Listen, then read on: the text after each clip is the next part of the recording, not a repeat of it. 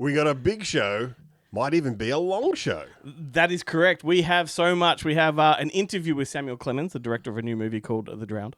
Jarret Gahan joins us for PE class. We have an epic movie battle, part 2 from last week's. It is Gate 2 versus Critters 2. And all the other regular stuff.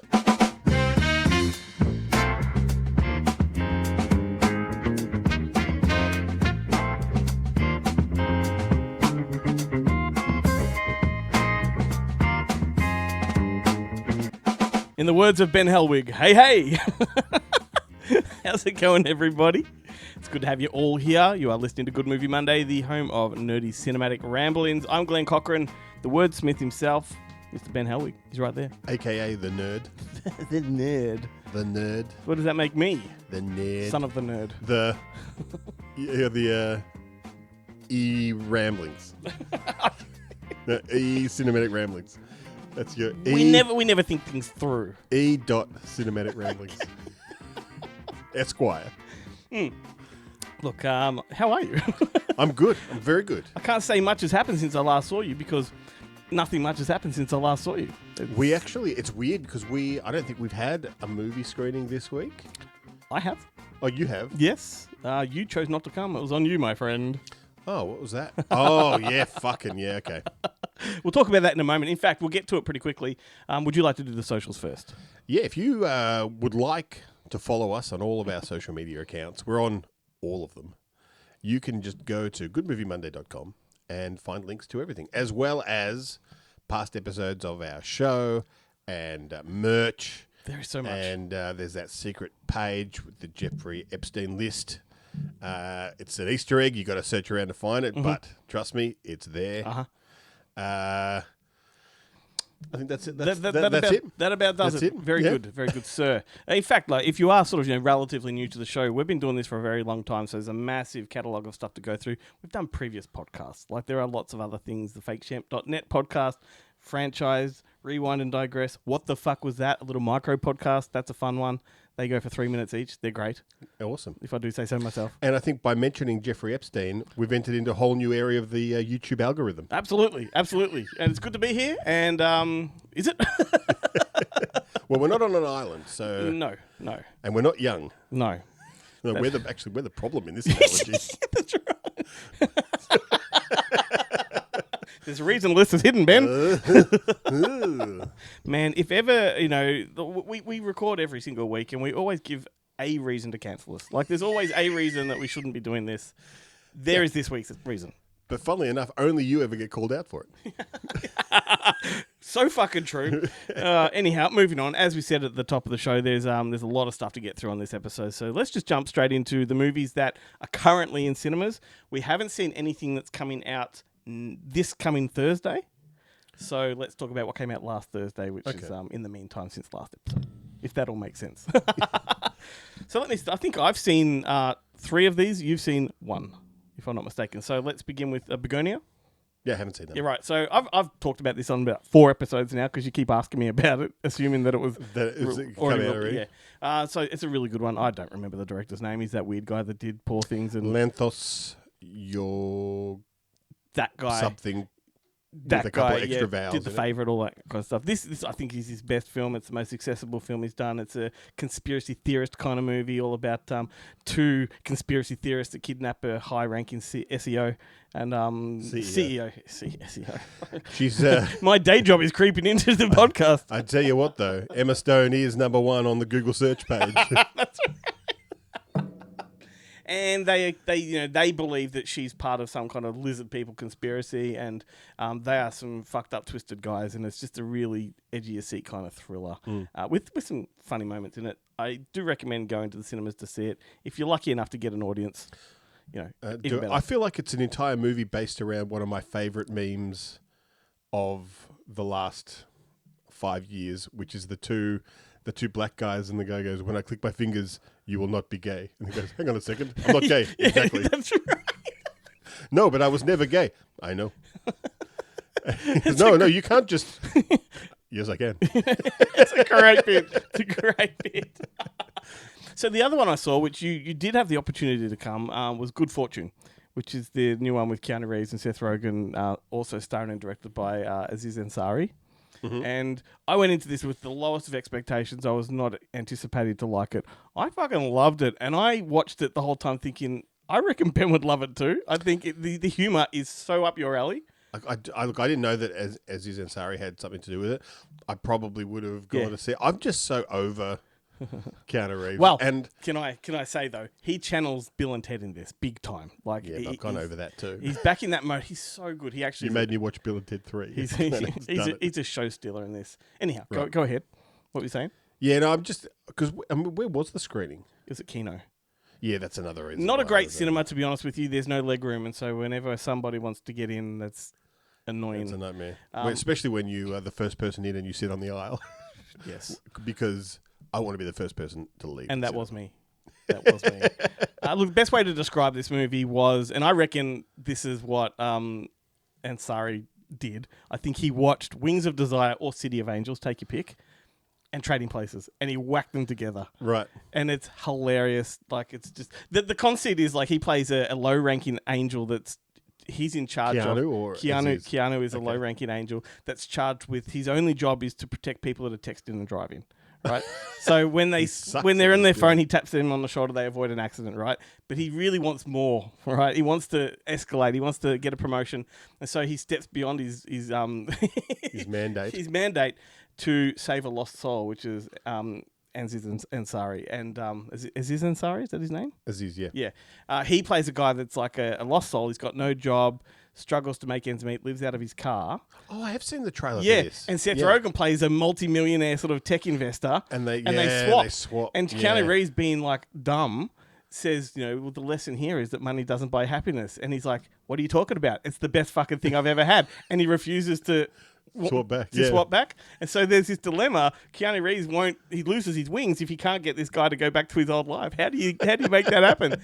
So it is... Because I sure as shit wouldn't. A laugh out loud comedy. The whole cinema was, erupting with laughter. And I just sort of thought to myself, I was not anticipating this at all. So highly recommend that. I might have to go and see it now. And the other one... Thanks, Glenn. I'd come with you. I'd see it again. The other one was Shell, which I believe screened at Monsterfest. It did screen at Monsterfest. Recently. It's a great movie. It's a body horror film. I'm not going to say too much about it. It's comparable to The Substance, but I think it's better. Directed by Max Minghella. Son of Anthony. Son of Anthony Minghella, he's in Horns, the movie that I recommended a couple of weeks ago. He's been in a lot of things. He's in Spiral. Yeah. Yes. But I don't think it's his first. I think he's directed something else before. But was it Kate Hudson and Elizabeth Moss? Yep. And I think there's some other people in there. I can't remember. Yeah, there's a few, but it's mainly those two, and it's worth it. Not going to tell you anything about it, but it's worth it for the final act alone. Yeah, which is totally off the hook. But I did have a question, and we kind of touched on this in the text message exchange. There is a scene. Kate Hudson in the film plays like the CEO of this wellness company, and Elizabeth Moss called Shell.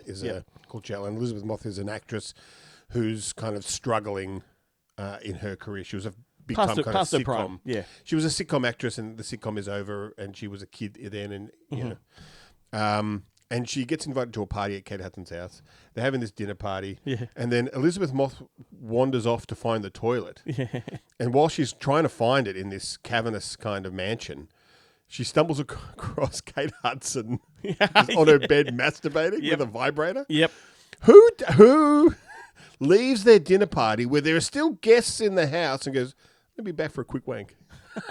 Well, you were at Mel's 50th, my wife's 50th. I mean, you lost me for 5 minutes. I did. That's all you lost me for 5 minutes. That's right. At the same time. But that's a kink. That's not a Hollywood movie thing. It's a weird thing to throw in there. It. I feel it works. But I think it's more about the mind control, like coercing Elizabeth Moss' character into something she doesn't want to do. Yeah, seducing her. Yeah. But what's so funny about that scene is that one of the pretty much the main still that we used at Monsterfest and is in a lot of the press.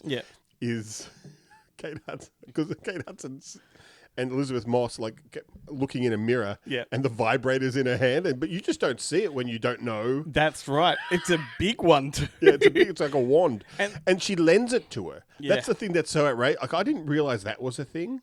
that women do? I mean, I don't think it is. as we have No, discovered we're not going into this again, as we've please. discovered on TikTok, we don't understand what women do and how women work. So I didn't know that exchanging sex toys was a thing. I don't think it is. But no, for the sake of this movie, they look very sterilized. Yeah. It was fucking huge. Anyway. I hear it's good for backs and stuff. It's like when you walk into JB Hi-Fi and you go into the personal help section and they've all of those. And I just remember that I've not watched a lot of Sex in the City, but I do remember the one where Samantha goes in and buys and she's like, oh, it's a massager. And she's like, no, it's a vibrator. And the guy in the store is like, no, it's a massager. And then all the women are like, no, 100% it's a vibrator. Which is almost the sort that they have in this movie. One thing's for sure, I'm in control of what goes on TikTok, and this is not going onto TikTok. Lesson learnt. Anyway, let's push on. So those are the movies that are currently in cinemas. Take your pick. Go watch one, watch all. Let us know what you think. We have Jarret on the show to talk about everything that's coming out on physical media over the next month. So let's just throw to him, have a chat, and then we'll crack on. Physical media is very important, kids. One day, maybe the cloud ain't there. How are you going to watch Dogma? Being able to hold it in your hand and see the artwork and the posters and have the names, it's it's a real thing. It's such a sadness that you think you've seen a film on your fucking telephone. Get real. All right, guys, it is that time of the show. In fact, it's that time of the month where we forecast and look ahead to what's coming out on physical media, and there's none other than Jarret Gahan to do it best. Hello, gentlemen. I'm here with the goods, and I'm going to do what I did last month, where I kind of divided everything into two categories, newies, and I think I called the other ones classics, maybe.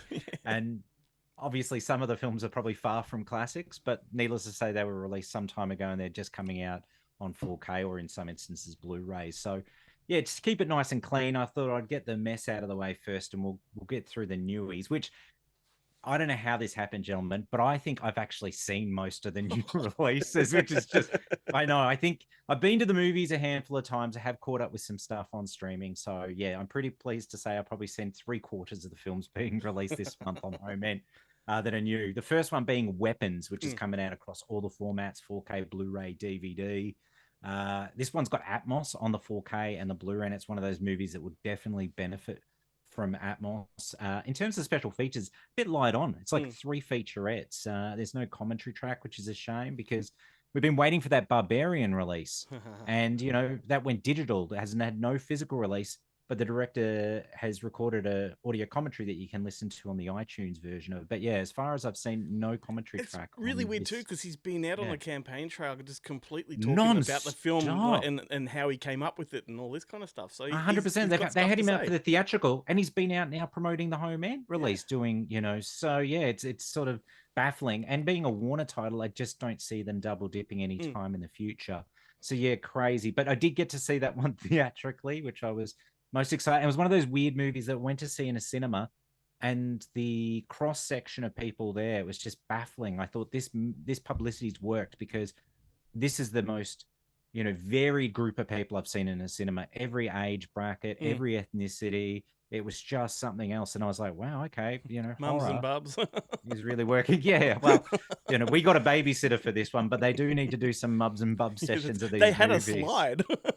Yeah, exactly. Just I've heard how these things work, because I always thought that the kids get to play on the slide during the movie. I thought that would be very distracting. You paid your money, watch the movie.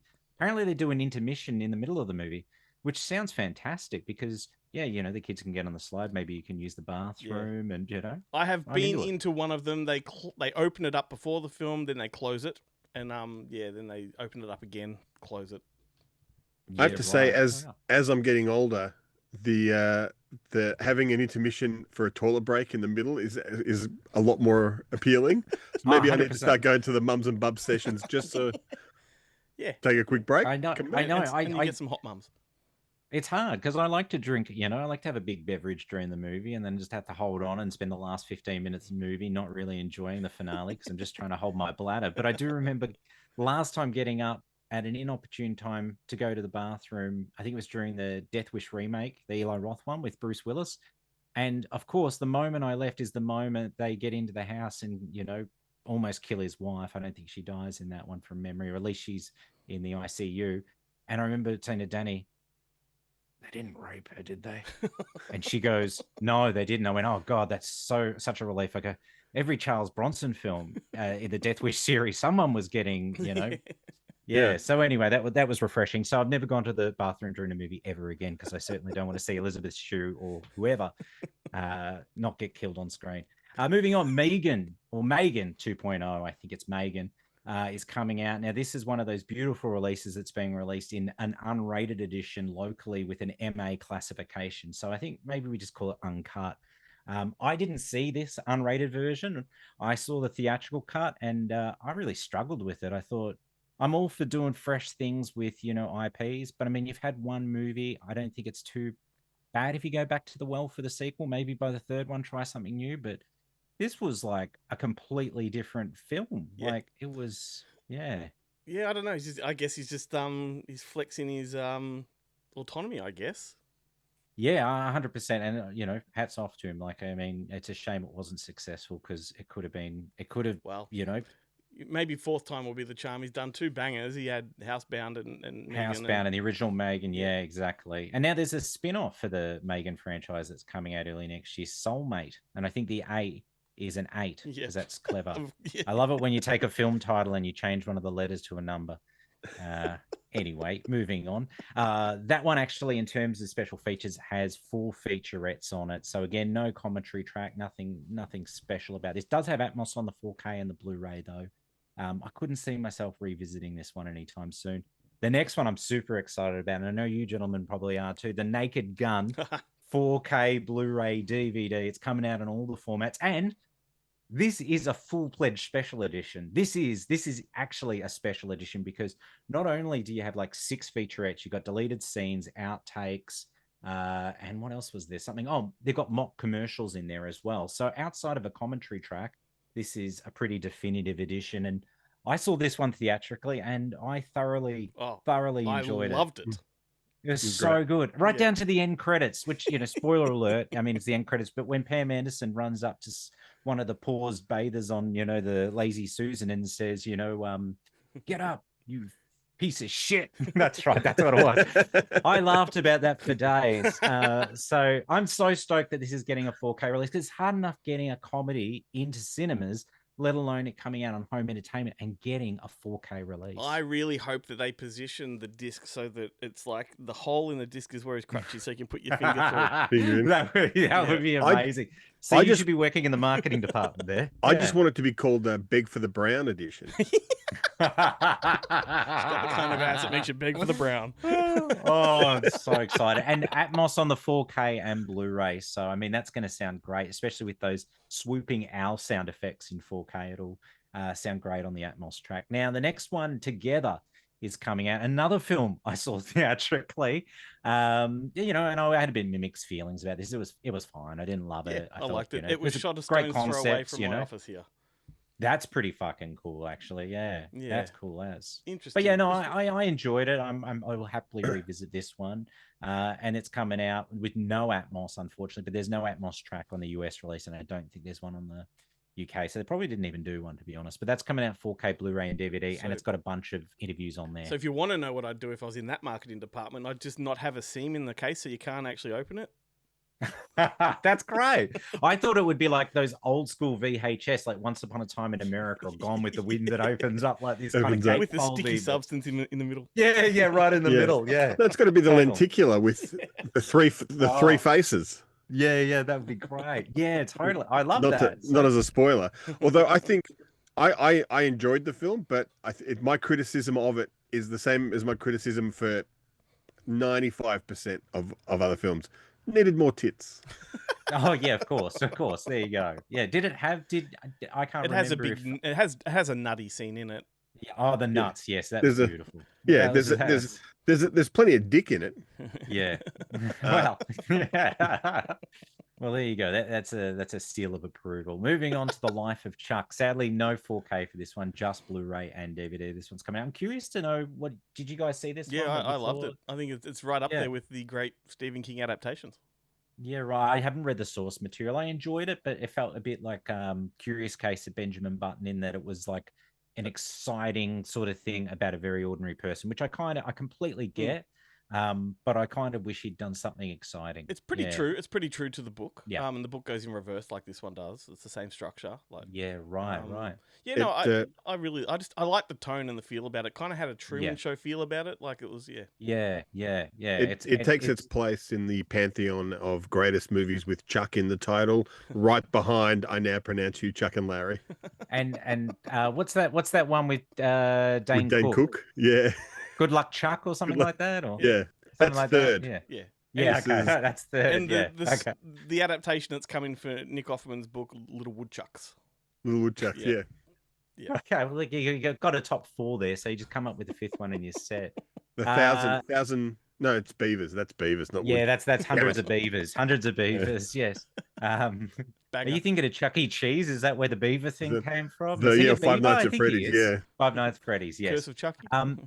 Next one, I'm curious to know if either of you guys have seen this one. It's kind of flown under the radar. The Home with Pete Davison. I haven't. No. You're in I've- DVD. I've heard I've him seen talk it about around. I haven't. I Yeah. didn't. Because I thought it was because for Monster Fest That's we Swedish looked at or... a Swedish film called The Home, and that's what I thought it was for the longest time. So I just like, oh, I've seen that, didn't watch it. I was so excited when I saw that on the screener spreadsheet because I thought it was the Pete Davison one. It was not. But the Pete Davison one is something else. I mean, it's the same writer director of the original Purge, and he may have actually directed a few of the Purge films. It's an unusual movie. It's far from perfect, and it's probably very far from great. And Pete Davison definitely doesn't play a comic role in it. It's a horror film. Yeah. But I really enjoyed it. And in the last 15 minutes, it's those kind of like last 15 minutes, it leaves it on such a good note that afterward it was like, yeah, I think I actually did enjoy that like movie. that. I like would that. watch this again. I think you're going to love it, Glenn. Yeah, Yeah. I think you're going to really I've enjoy it. It seen- reminded me. Yeah. I've seen him talking about it online, and he mentions that one moment in the film, which is on the poster, where the needle gets really close to his eyeball. Oh, Jesus And he Christ, says that yes. he didn't know until that moment arrived that he had to actually get that close to the needle. He thought it would be a digital effect or something. Yeah, of course. Yeah, no, you can tell by the seams of this budget that they did a lot of the things very practically. But yeah, no, it's definitely worth checking out. It's a shame. Like I would have loved to have played that at Monster Fest. It would have gone wild in a crowded cinema. with pretty fellow uninspiring genre title. though. enthusiasts. 100%, Yeah. 100%. At least the local artwork looks terrific on the Blu-ray and Yes. DVD because it does, yeah, it plays into that eye in the needle in the eye. Moving on to Splitsville, which I think is the only film of all these new releases I have not seen, but I really do want to see because it looks pretty funny. Yeah, I haven't seen it. Okay, well there we go. No, Ben. No. No, And okay, none was of it? us. I went with Materialists, so I can only do one Dakota Fanning, not Dakota Fanning, Dakota Johnson Yeah, movie yeah. a year, and I went with Materialists. So I'll have to check this one out in 2026. But yeah, I've heard good things, and I'm keen to see it. So yeah, bring it on. Probably check it out on streaming first. Now the oldies, the most exciting chapter of our PE class, oldies. I'm going to kick it off with the 4K release of Jacob's Ladder that's coming out through Studio Canal. So a new 4K scan and restoration of the film. Sadly lacking on the special features front. And this isn't a fact that they've just done, the 4K and not included a Blu-ray because they have done that. But the Blu-ray and the 4K are identical in terms of content. There's only one special feature on here, which is a 28-minute retrospective documentary. I think it's called something along the lines On the Rungs of Jacob's Ladder. And it's got Tim Robbins, 28 minutes sort of piece, and the trailer. But, I mean, Viavision put out the most amazing collector's edition of this film a few years ago, which has all the archival content from the Lionsgate release in the US, plus a bunch of new content. It wasn't just film historians, it was like talent related to the film. So, yeah, it seems like kind of a missed opportunity because I love this movie and I'd love it on 4K. But yeah, I don't know. Maybe I will double dip and I'll just have to. It is a smush them great together. movie, but it's not one I can rewatch easily. Like it's just. And I don't know if it will benefit from being on 4K too, to be honest. Yeah. Now that I think of it. But yeah, you're right. It is a tough watch. It's an It incredible movie when you're watching It was but this it is a and grueling Altered movie. States. Altered States was the other one. I'm like, yeah, great films, but like Yeah. I can't go back to them. Like Yeah. they're just too grueling for me. No, I feel you. And I think Altered States just got a really nice edition from Criterion in the US. And I was like, you know what, as much as I love, William Hurt and old mate that directed it, what's his name again? The chap that did Yeah, The that's Devils. not Ken Russell. Ken Russell. Yeah, Ken Russell. Ken Russell. I think I can just keep that one on DVD. Don't need it on Blu-ray or 4K. Anyway, so that one's out. Then Air America is coming out on 4K Blu-ray and DVD, Hell which is yes. awesome, but also very funny because I'm glad he's got shorts on. yeah, I remember to wear pants today. No, I don't think I'm going to be able to. Oh no, I am going to be able to find it. Here it is. I just picked up the 4K because it went on sale during And like it's the Amazon's Prime thing. Identical cover. Yeah, yeah. but it was only $24, so I don't feel so bad about it. But I never thought that one's going to get a local release, but that's coming out 4K Blu-ray and DVD, and there's a ton of special feature content on that. I'm stoked because I love that film. It's so underrated. Like it was pitched as a big movie when it came out. I just never quite hit the box office, and then it seems so largely forgotten about. And it's about the least collectible VHS you'll ever find because anytime you buy a VHS haul, there's generally a copy of Air America in pretty pristine condition.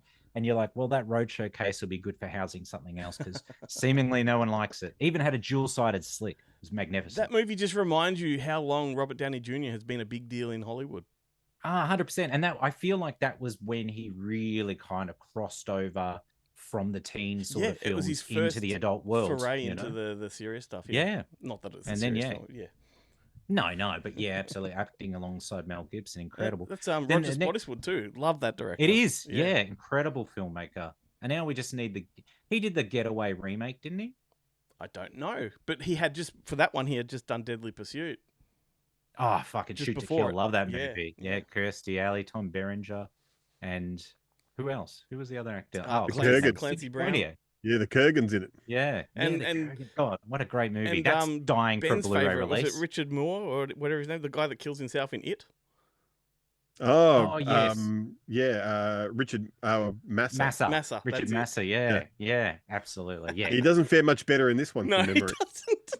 It breaks my heart because it's part of the Touchstone catalog. So given good. that it's owned by Disney, we'll probably never see anything outside of a, HD, maybe a 4K digital, but we'll never actually get a good physical. Because, I would love to update that DVD, and I would love a dual-sided slick that has Shoot to Kill and Deadly Pursuit on the other side. Yes. Yeah. Anyway, moving on to two titles Jane is going to run through real quick. These ones are coming out from Imprint. They're those Hitchcock sets that, I think for the most part, these are pretty much sold out. Like there might be retailer stock hitting JBs and that, but for the most part, they're pretty much sold out everywhere else. And I can't recall which one of the two, but one of them was like a single run. They weren't going to do any more units once they went through it, which meant no standard edition. But yeah, Hitchcock, The Early Years, Volume 1, which quickly, I'll go through the titles. The Skin Game, Rich and Strange, Number 17, The Man Who Knew Too Much, and The 39 Steps. Then the Alfred Hitchcock, Hitchcock 9, which has Pleasure Garden, The Lodger, The Ring, Downhill, The Farmer's Wife, Easy Virtue, Champagne, The Manx Man, and Blackmail. Yeah, so... Once upon a time, the only place you could get those movies was at a cheap kiosk in the middle of a shopping centre. 100%, yeah. I think Force Video used to put out like a big black box set of them. Yeah. Again, if you buy a DVD haul, you're probably going to end up with one of those Hitchcock box sets at some point in time. Taken from the most pristine SD transfers that were released of the first era of 16 video. There's a 16 mil print projected onto a wall, recorded with a video camera. That heavily compressed down to a DVD. The next title, also an imprint title, which I am excited to add to the collection, though a little disappointed that there wasn't a little bit more fanfare and effort put into special features for its K-Pax with Kevin Spacey and Jeff Bridges. Ports all the DVD special features. It was a pretty impressive DVD when it came out back in the day. But that's coming to Blu-ray, and I'd just be happy to own the film in HD. I think it's such an underrated movie. I think it's a great companion film to watch with the Fisher King. I think they must make perfect partners. And admittedly, I've not gone back and watched it after all the stuff with Kevin Spacey. Not that I have an opinion on that so much as it's hard to take away that stuff and watch a movie sometimes and just not hear all the noise and go, oh yeah, Anyway, Apex. I will pick that at some point. But yeah, it would have been nice if they'd just done a little extra. And I mean, Kevin Spacey would have been totally up for doing an interview, I'm sure. Yeah. It was an interesting... You can include one rant, Kevin, one rant in there. It was an interesting moment in his career because he'd done Pay It Forward at the same time. Like, it was a really cool little... there were no franchises involved. It was just original little indie dramas. Yeah, 100%. And yeah, the shipping news wasn't too far Yeah. from that as well. So yeah, it was incredible time. Then Freaked is coming out 4K Blu-ray. Well, actually, it's a 4K Blu-ray set. There is no DVD. Everyone knows this film. We just played it at Monster Fest. Absolute classic. How Umbrella managed to do this is just beyond.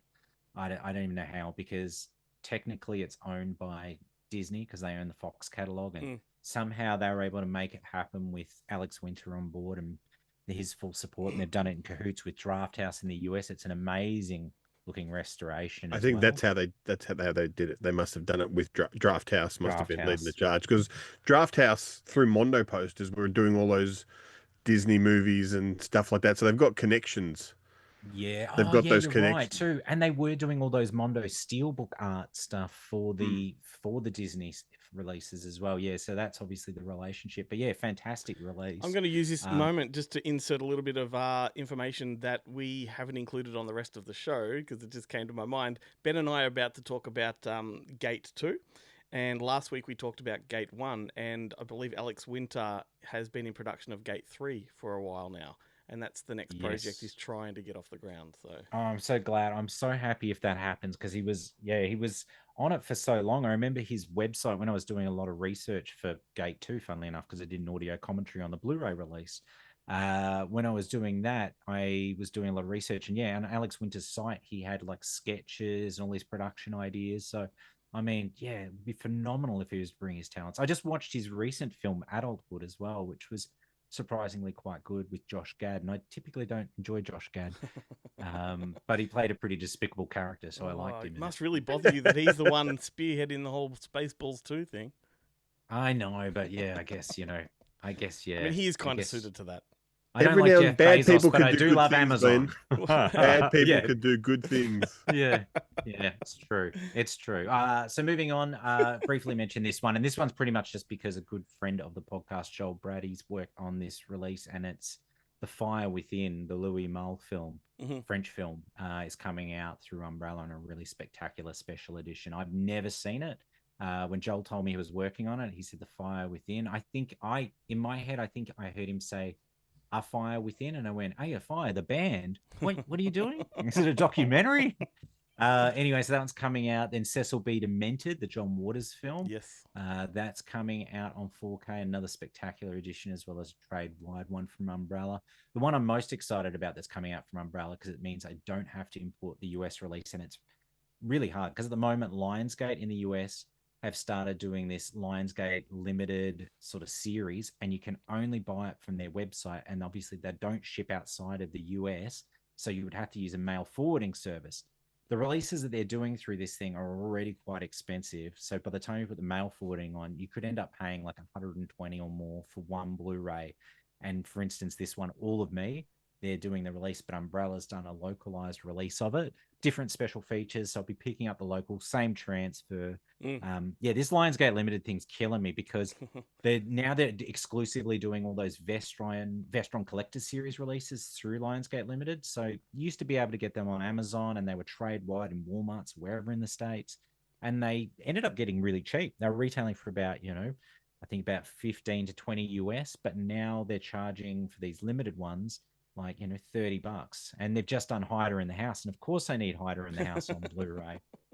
So I don't know. Hopefully our good friends at Umbrella, or maybe even Viavision, they've got a relationship with Lionsgate, might start releasing some of these locally. Because I mean, if anything, I think Gary Busey could do with a win at the moment. Yeah. How good would a Gary Busey box set be? It'd be great.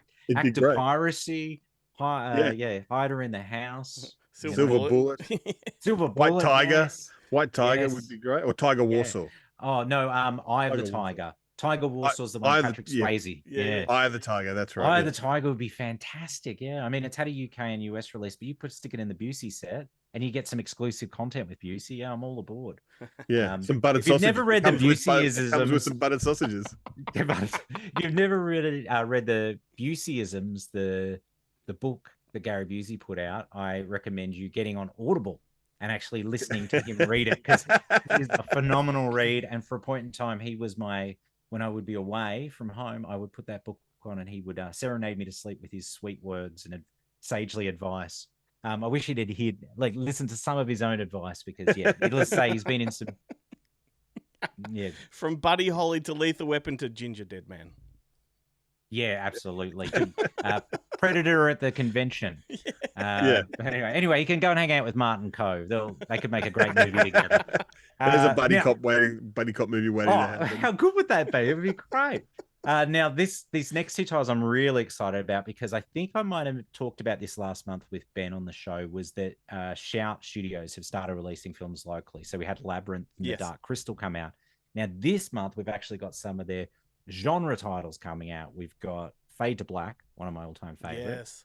And we've also got Dog Soldiers coming out. So, and I'm hoping these, and the price on these are fantastic because we're going to be able to get Shout Studio titles locally at this price point. That is fantastic news. So anyway, they're dropping November 12th. So they're both coming out the same day. I'll be picking up Fade to Black 100% because I've been watching it and it's been sitting around the $60 price point in the US. And then locally, I think it's going to be retailing for somewhere between $35 to $40. So it's a bit of a no-brainer. I just watched that Labyrinth one and it just holds up so well. It's such a good film. Incredible. I'm not so much for the upgrades at the moment. I'm trying to pare down and just be smarter about the purchases. But when it comes to Dark Crystal and Labyrinth, I think I'll be upgrading because they are fresh 4K scans that Shout did. So yeah, look, I think that's an exception to the rule when it comes to Jim Henson. It kind of just makes you wonder why they didn't give David Bowie a cup to put down his pants, because you really can see. I think it was contractual. 4K, in 4K you could see every ridge. Yeah, it's like something. Yeah, it's like when you saw down a tree and you see all the inner rings within the tree. Yeah, that's how good it is when you watch Dolby Vision 4K. Because David Bowie sold his soul to the devil, that's how the only way you could tell his age. You cut his penis off and counted the rings. I'm glad they got to the bottom of it eventually. Now the next two different layers of STDs. This one's from the early 70s, mid 70s. Oh, this was a very experimental one from the late 70s, early 80s. This one was acquired in New York. Yeah, you can get like an Iggy Pop stool sample of this one. And if we take that stool sample, we could create 100 Iggy Pops and form a theme park. Just let them run wild. That's the new Jurassic Park. It's just like Iggy World. Combine Iggy the Park. DNA that we found on the penis of David Bowie. Oh shit! Okay, so last two releases I'm going to mention, gentlemen. Two releases, pretty cool releases. But also kind of, I don't know how this whole AID, what they and Studio Canal and whomever determine when they're going to do just a 4K or when they're going to do the 4K with the bonus Blu-ray because there is sort of no rhyme or reason. Sometimes you're they're not including the Blu-ray because of all special features that are on the 4K. Oh, they're not including the Blu-ray because they know it'll sell enough as a 4K, or they know they're cutting costs. There is no sense because you look at the release titles that come out and you're like, hang on, why was there a second disc with this or what? Anyway, so these two have actually got their Bluray components. The way that they do it is it's the Channel 9 programming department sketch from Sean McAuliffe. It's just a guy in a nappy with a bunch of darts and just holding. Okay, that's what we're doing. So that's got 4K. That's got extras. That doesn't. That makes perfect. Now, see, that makes perfect sense. I wish I'd known that sooner. But anyway, these two are actually going to have their Blu-rays with them. First being the French film Diva that's coming out on 4K and Blu-ray.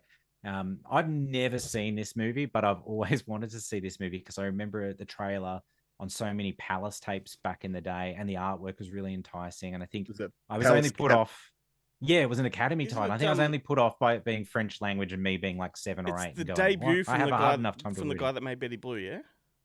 It is, yes. Yeah, it's the same filmmaker. You're right. Because I was just looking at Betty Blue the other day because I was like, oh, I could watch this. And then I went, that's right. This movie goes for 178 minutes, the director's cut. And I was like, well, I don't know when I'm going to get to watch that. And that's not going to be anytime soon. But yes, Diva 4K Blu-ray coming out through AID Studio Canal. And then the last one I want to mention, because I think you're excited about this one, Glenn, and that's Harvey with James Stewart. And it's coming out 4K and Blu-ray. And that's an upgrade for me because I've only got the DVD. What a beautiful film. Well, the only copy I've ever had is from that cheap kiosk in the supermarket, the shopping centre. Oh, there you go. Perfect. Oh, well, there you go. It's a perfect time to upgrade. But look, that's a lot of titles that are coming out this month, and that's just what in my opinion, is the best of what's coming this month. There's a lot of other stuff. There's stuff that's coming out just on DVD, but we know my policy on that. Unless you guys want to talk about one of those films, I just don't mention them. Yeah, We just no, pretend they fair don't enough. exist. Fair enough. Yeah, You leave that you know. stuff to us, mate. Yeah, I'll leave that dirty work to you guys. All right, gentlemen, thank you very much. It's been a pleasure as always talking to you. And so what's happening next month when I come back? Are we doing another segment, or are we going straight into Christmas shenanigans, and then I have to do one as someone's drinking in the background? That's yet to be determined. So, And okay, I was going to say, and every time I say the word Atmos, everyone does a shot. No.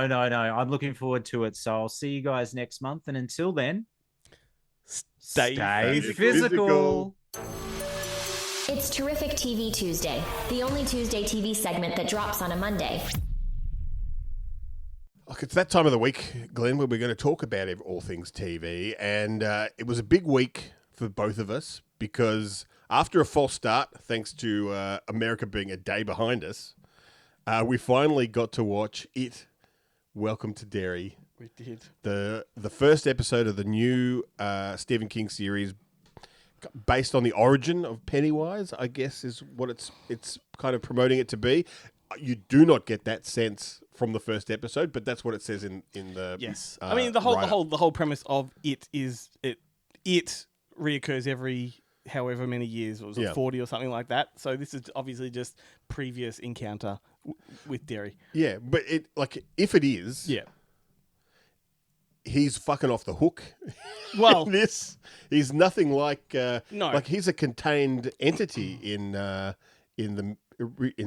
It miniseries. In this, he's everywhere and everything. but I think the problem is with that is that we're so used to it being the Stephen King story that we know, right? So they're Yeah. elaborating on it. One thing we do find out in the original is that he can manifest in all kinds of ways, and he is your worst fear. Yeah. So it's not a spoiler because it happens in the opening scene. There's a demon baby in this show, right? And I'm watching it going, this is fucking stupid. I'm out. I'm like, this is so dumb. Oh, like, really? I'm thinking as horror, yeah, great. Like, it's a great moment. But like, in the context of fucking It, this is dumb. And then I'm sitting back and I'm thinking about It and all that I know of the lore. And I'm like, okay, well, yeah, but maybe this is that kid's fear, abandonment, family turning against him, that kind of thing. And then this demon baby, you know, I'm like, okay, well, we don't know this kid's fears yet. There's a lot to play out. It's episode 1. Yeah. So, Well, because you do find out that his mother tried to pay people to come to his birthday party, which is it's a weird thing because he clearly has this terrible home life that Yeah. he's trying to get away from. that And sounds that's- like a good mum, though. yeah. That's the opening. It's kind of the opening thing. It's not actually the opening scene, but it's in the the opening kind earlier of moments, yeah. sequence. Is that he's trying to leave Derry? Yeah. He's like, you know, it's snowing outside. It's really cold, and he's hitchhiking, kind of basically just walking along the road, and this car pulls up, and they say, you know, where are you going? He's anywhere but Derry. Yeah, so his fear is he'll never leave. Yeah. Right? And that manifests itself. Yeah. And but look, beyond that, that's the opener. And it doesn't really bear much relevance to what else happens in this episode. It might come around later. Just in the way that as it does in the original one, the missing, because that kid then kind of This goes is the new missing. Georgie. It's the new Georgie. The new Georgie, yeah. And how it affects the other kids. Yeah. Although a little bit less because he's not the brother of one of the main characters like he's in it. Yes. But He's still, he's a best friend. Well, he's a friend, part of an inner circle. I enjoyed the first episode, I must say. Did feel very Stephen King-ish. The kids are good, although the one kid that's got the fluffy perm, like that serious one? he annoyed me, right? Yeah. Yeah, because I think he annoyed me because of the perm. It's like, I don't think kids had that haircut back then. I think it's what the filmmakers think kids had. yeah. But it looked too styled for my liking. Haven't they seen? Was it the Man with No Name or whatever it is? Is that what it was? Yeah, The Coen that's Brothers right. one? Yeah. He lists all the haircuts. The executive, the junior executive. Yeah. They're the only haircuts. But also, we're getting so further removed from the 1950s and 40s and all that I think, younger filmmakers have kind of lost connection with what With styles what it and is. whatnot. But look, I think it's a pretty good adaptation so far, if you can call it that. I did enjoy the first episode. I do like that it's one episode per week. It makes it much easier for me to watch, and I can look forward to it. Because I think if I binged it, I'd probably lose interest or it would wane on me. But you know what? Because it was only one episode, and it was on HBO Max, I thought, fuck it, now's the time, Castle Rock. So I jumped into that. And I'd been putting Castle Rock off for years. Yeah, I haven't seen it because I feel like I haven't seen enough Stephen King to get it. Right, and I that was never my problem. I just wasn't in the mood to connect the dots. But you don't need to. Like, the show has those characters and whatnot, but it doesn't matter if you don't know who they are. It is irrelevant. It makes it better if you do? I don't think so. So, like, for example, is it Scott Glenn? Is that the guy from Silence of the Lambs? He's the FBI boss? FBI boss, yeah, so he's in it, playing the same character that Ed Harris was in Needful Things, right? Yeah. Now, I didn't join those dots. I'm like, this character's great.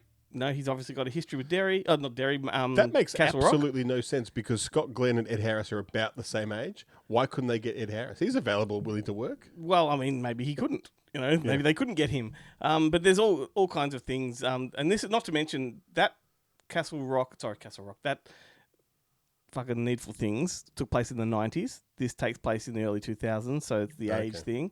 I don't know, but anyway, you don't need to have seen those. It takes place predominantly in Shawshank Prison, modern Shawshank Prison.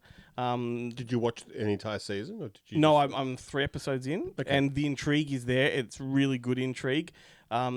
So far, you don't need to know anything about Stephen King's work. It just benefits a little bit. So okay then.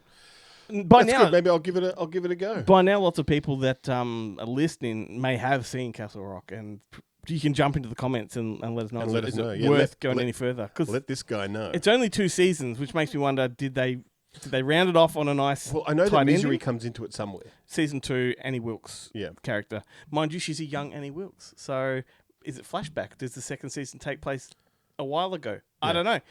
Bill Skarsgård's in season 1. There's some great stuff. There's some great horror in it. Sissy Spacek, she's another Stephen King connection in there. So they got Sissy Spacek. They couldn't get Ed Harris. Yeah, obviously Max von Sydow's dead. I can understand she doesn't play Carrie White. But, okay. And what's his name from Lost? And the stepfather, Terry O'Quinn. Oh, I love Terry O'Quinn. He's got an epic entrance in the show. I tell you what, he is a role model for bald actors because he was bald young. Yeah. And because he was bald young, he's been able to play someone in their 40s for 40 years. He's got like a really long-lived career because he's always just kind of looked the same. Yep. Yes, absolutely. Same with Anne Cusack. She's in it, and she's kind of always looked the same. But she's got too much hair for my knowledge, for my bit. Also, who has too much hair, and I was delighted to see her in it, and I've forgotten her name, but what's her face from Heavenly Creatures and Yellow Jackets and 2 men, 3 men and a 2.5 men. Yeah, Melanie Linsky. That's it. Linsky. I love watching her on screen, like in both ways. Like she's good, and I love watching her. I love her both ways. Take her both ways. So there we go. So Welcome to Derry, Castle Rock. You could do 1 episode a week of each. Yeah. And it'd be nice. Like you don't have to binge Castle Rock. Just make it a little weekly. Yeah, and then hold off on season 2 until season 2 of Welcome to Derry. It's a good idea. It's a good idea. I might actually start doing that. Although I'm 3 episodes in, so you fucked it for yourself. I certainly did. Okie doke, Ben. Time for a chat. We need to have words, mister.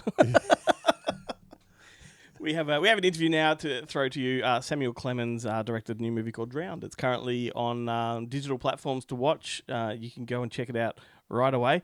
Finish the show and then go check it out. If the name Samuel Clemens sounds familiar... It's not going to sound familiar to people who listen to this show. You reckon? Okay, well, it sounded familiar to me. That was actually the real life name of Mark Twain, the famous American author. And lo and behold, this guy is Mark Twain's great nephew. I was going to say, let us know in the comments if you've heard of Mark Twain. People have heard of Mark Twain, so surely. I'm surprised that people who listen to this show know how to wipe their backsides. Now, one thing that was very a terrible thing to say. Trying to move on. One thing that Ben wanted to do with this interview was just throw in some Mark Twain quotes. You didn't manage to get any in there, did you? I didn't know because it was just too much fun talking to him normally without. I was almost going to bring it up at the end and say, Ben, did you manage to get any of those Mark Twain quotes? And I thought this guy probably doesn't want to hear it. Yeah, and they're like some of them are so.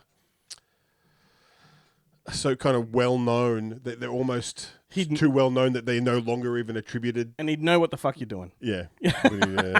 Anyway, let's have a chat with Samuel, and then we've got some movies to talk about from the year 2000. What are we up to? Fucking 17? Yeah. 17. There we go. Cut.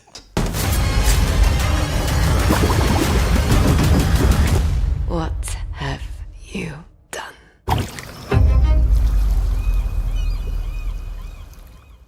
Sam, thank you so much for making time for us. We do appreciate it. It's great to have you on the show. How are you?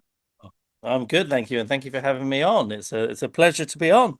Yes, well, we love having you here, and we wanted to start off by paying you a compliment, because the one thing that Ben and I appreciate more than anything, it's a very nice, short, 84-minute runtime in a movie. It doesn't happen very often, and we love it, so thank you, sir. Oh, you're welcome. I feel like it's what they're doing in theatre now, where you go, "How long's the show?" And they're like 70 minutes straight through. You're like, "Oh, dream. Ah." We pay for a night out. Just keep it short. So keep short. You're in the bar by 9 o'clock. You're like, "Great." Yeah. Right. So I want to kick it off by just asking you for an elevator pitch for The Drown. Like, how would you pitch it to somebody that's never heard of it before? Oh God, that's tough because I haven't done this for ages. Gosh, an elevator pitch. Okay, it's about a group of people that have committed a heist, and they've stolen a piece of artwork, a famous piece of artwork, and they've all split up and to reconvene at a safe house on a house by the sea. And the aim is that once they're there and they get rid of all their tech and everything, they're going to get a boat over to the mainland the next day and step into their fortunes and try and sell it on the black market. And but when they get to the house, they don't realize that something slightly darker might be lurking at the water's edge that might not be as linear as they thought. And their first accomplice, who should be there, is missing, with a blood trail going into the water. And rather than talk about it, our lead character covers it up, but not knowing if it's more supernatural or not. Excellent. Well done, sir. Well done. Put that on the back of the DVD. Don't. I could do much better on that. If you told me before, I'd have been like, "Oh, I'll go back to my notes." That's terrible, isn't it? This is always, I do a lot of EPK work as part of my day job. And the hardest question whenever asking writers, directors, and cast and crew is, what is the film about? It's hard. I mean, sometimes it's easier, but this one is because you don't want to I don't want to spoil anything. So you've got to skirt around it about what you're talking about. So it's always a challenge, I think, that part. And when you write a script, you never write a script going, "Oh, I'm writing it for the log line or the tagline." Do you know what I mean? That's always afterwards. You're like, "Oh God, okay, I've got to condense this into something that's manageable and understandable." Where did the origin? Where did the seed of the movie come from? Well, a couple of things.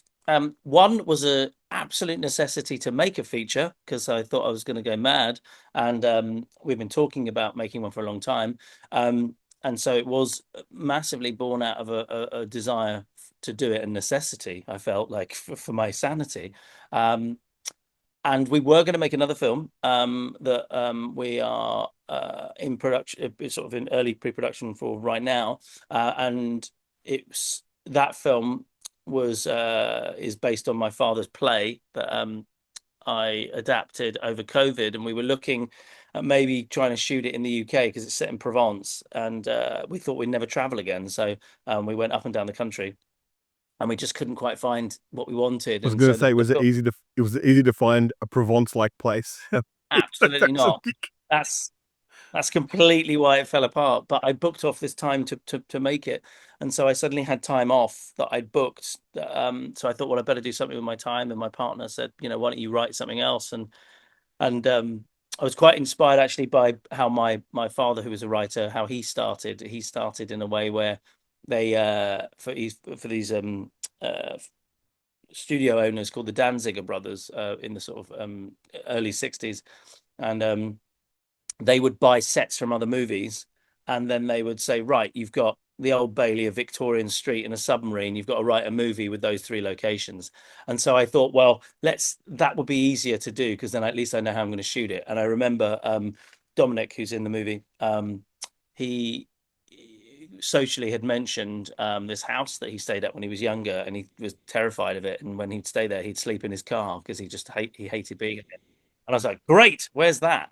And he told me. And then the next day, I went to Reckitt in Suffolk, where it is, and I went with a couple of my teammates, my DP and everything, and we just went and photographed everything and videoed everything, and then I wrote the film to the location.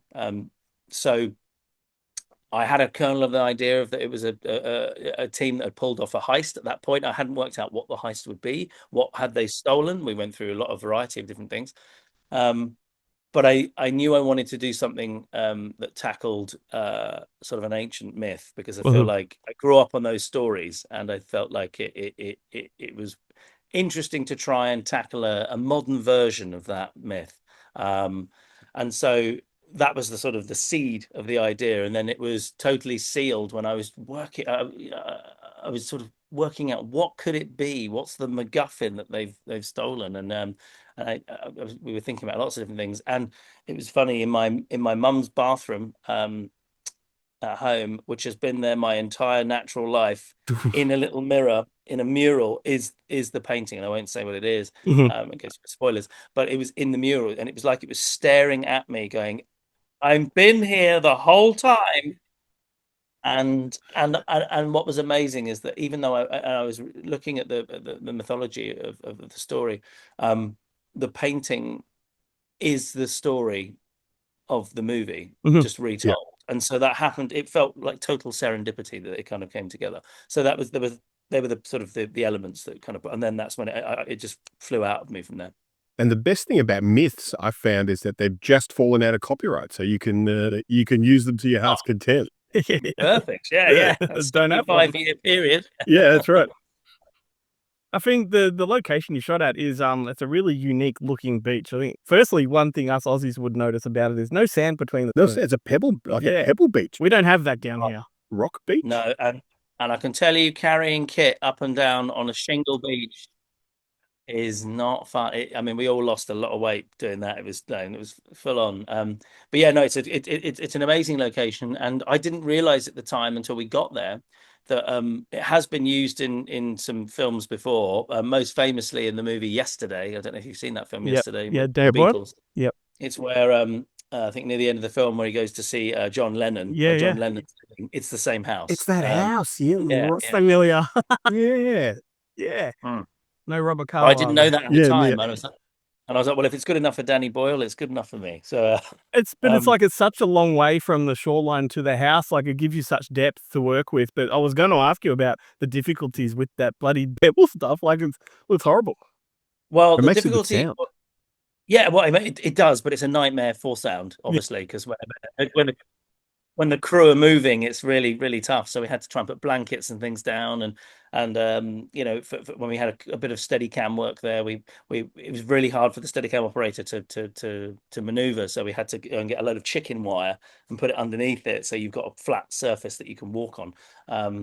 But yeah, the beach. I think that's what was so alluring about it, is that it had this house sort of like, you know, stuffed into the shingle beach, nothing around it for a great distance. We did a little bit of clear up digitally to make it feel a bit more isolated than it is, and then it had this sort of lagoon, which what we called like the prisoned sea, you know, which I thought that's fantastic. What an interesting thing. And then you got down to the beach, and obviously every night, obviously the tide comes in and all that stuff, so it got closer, and you know, that kind of thing.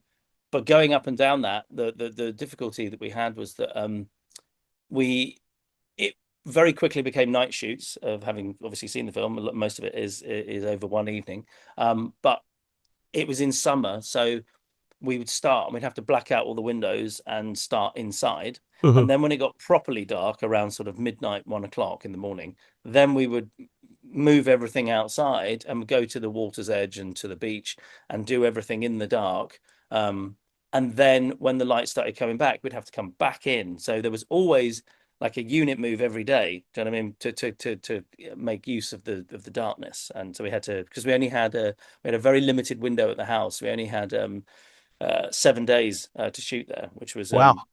incredibly tight, and that was just because when I decided to make it, that was in sort of May the 4th, I think, it was when the idea came for it, and then we were shooting by the 1st of August, and they said, well, they just said we've got this is the time we've got, so we booked it, and then we had a goalpost to aim for, so it was incredibly quick as a turnaround, but it sort of, in a way, it was good because it forced everything to sort of move rather than waiting for things. I mean, we were sort of, it was that if you book them, they will come. Did you shoot? Was the interiors shot in the house as well, or is that in a different? It's all on location. The whole film, apart from, I mean, we were very lucky. Ramaz Studios, who they were producers on the film. They are a studio that have a virtual production screen, so we were able to use that for the film. So there's quite a bit of virtual production in the movie to help make the scale feel a little bit better, because lighting around the sea is very, very difficult when you've got a limited budget. So actually, those days when we were in the virtual production studio were the nice days, because we could do more than about 2 takes because we had a bit more time. But at the house, it was like, you were lucky if you were at take 3, you were like, wow, okay, well, that's luxurious, because we had to move so quickly. We had to get 8 pages in a day, so it was a lot to cover in every day. Yeah, I find a lot of filmmakers that work in genre films are very proud to be horror fans, and they like to borrow from other people. I'm just wondering, did you have any other films that influenced what you were doing? Oh yeah, I mean, gosh, I mean, Evil Dead, obviously. If you've seen the film, particularly Evil Dead 2, because when we started the film, I didn't realize, like, we have this sequence, obviously, where we extend it a little bit, but originally we had him just coming through the tunnel through the car, and that's the opening of Evil Dead 2, and I hadn't actually clocked that until I went back and looked at it. I went, God, subconsciously that must have lodged itself in my brain as like this, but also that I suppose device of traveling somewhere over a period of time, it was a bit like the opening of The Shining as well, where you're slowly building the audience into a total, world of isolation by showing the terrain of where you're traveling to. And I think that's something that sort of, I know that we live in a world which is so fast in terms of editing now, and it's so sort of, everything's just so quick. So I really wanted to do something which started slower and just slowly sped up as the film continued. It just gets faster and faster and faster. But so I would say the Evil Dead, The Shining, a movie that I loved, which isn't horror, but I think it's fantastic, is Blue Ruin. Jeremy Sonnen as Blue Ruin. Yes, because that has like a good 35-minute opening or something of no dialogue, and I think that's where that's great cinema, is when that's the only thing you can do on film. You can't do that the same way on stage or anything else. Like, it's where it's picture and sound, and it's you're following a character doing something or going through a problem or behaving, and I think that's always intriguing to find out what are they doing. So those 3 were definitely sort of the top of the list. There were others going through it, but yeah, I would say that, I mean, I think The Shining, obviously, Yep. There's lots of films, but yeah, I mean, it was, I mean, there was a bit of Reservoir Dogs about it a little bit, I suppose, so it's sort of blending genre a little bit. So great answer. Great answer. I love that you're not full of shit, because I asked that question and some people say, "Oh, look, no, I know it's all original." I was like, "Come on, pull the other one." No, it's not. Well, the thing is, even if it is, you can't help but being influenced by something. Yeah. I find it super frustrating though when you're like, I've come up with this great idea, and then you watch Evil Dead 2, and you're like, oh, that's where I go, what a great idea. This wasn't my great idea. Exactly, but then you find out that they ripped it off from some Henry Hathaway Western from the best films the 50s or so. Yeah, and that's quite interesting, isn't it? Is when you go, well, that's what I try and do is go back to sort of the first film that did did the thing, as it were, and see why they used it and how it was used, whether it's a film from the 20s or 30s or 40s or whatever it is, and you go, and it really makes sense. And maybe now it's become cliched, but when it was done, it wasn't at all. It was it was very new and innovative, and why it was done, psychologically with the camera work or a character's to help a character's sort of psychological journey or their motivation or whatever you call it. So yeah, it's but you can't not be influenced. Well, that's it. And it's my favorite, and I'm sure it's not a West Wing quote, but for me, it is a West Wing quote when he says that, good writers borrow from other writers, great writers steal outright. I mean, yeah. I mean, yeah. I mean, even as an actor, like, because I trained as an actor for a long time, and I worked as an actor for like 20 years. You hear wonderful performances or how someone delivers something, and there's just a cadence to it, and you're doing a completely different piece of work, but you're like, oh, that's sort of that fits here, and you're doing your Peter O'Toole or your Anthony Hopkins or whatever it is. You're doing your little I don't know, Harrison Ford, but no one knows that's what you're doing. It's sort of embedded in there, but obviously you're influenced by what you've seen. I know that you've worked on lots of things over the years. You've directed shorts and whatnot, but I'm wondering, as a first-time feature, were there any unexpected difficulties that arose that you didn't comprehend would happen? All of it. No, no, it is a very different beast from doing a short to a feature, just because there's so many more things, not just while you're shooting it, like I suppose the resilience that you've got to do every day. You've got long days every day, and you've got to prepare and all that kind of stuff. But it's all the stuff afterwards, as because you are a short, you might be lucky if you sell a short, but you're really making a short as a calling card. Whereas a feature, you've got so much that you've got to provide, an insurance and paperwork and tax credits and and deliverables and all these things that you don't really know about. That, I mean, you know about, but until you've done them, you don't really understand what that means. But so in the post side, all of it it's been a huge learning curve. But in the making of it, as I said, the 7 days thing was very, very difficult. And on day one, when we turned up and when we hired the house, that sort of prison bit of water, which is lovely, where he finds the art tube at the beginning and all that stuff. When we turned up on day one, there were like 150 holiday makers around that, like kids, with picnics and paddle boards. And I was like, oh my God. And the house, they own that piece of land so they just allow the public to go there. But, our first and second ADs had to very, nicely try and go around and tell them, could they move on because we've got a film, and they were having absolutely none of it. And I genuinely on day one went, we're never going to do this. I'm on vacation. Yeah, it was that, yeah. And so we had to shoot every direction except that direction until they kind of left. And then every day would be the same because it's in the middle of nowhere.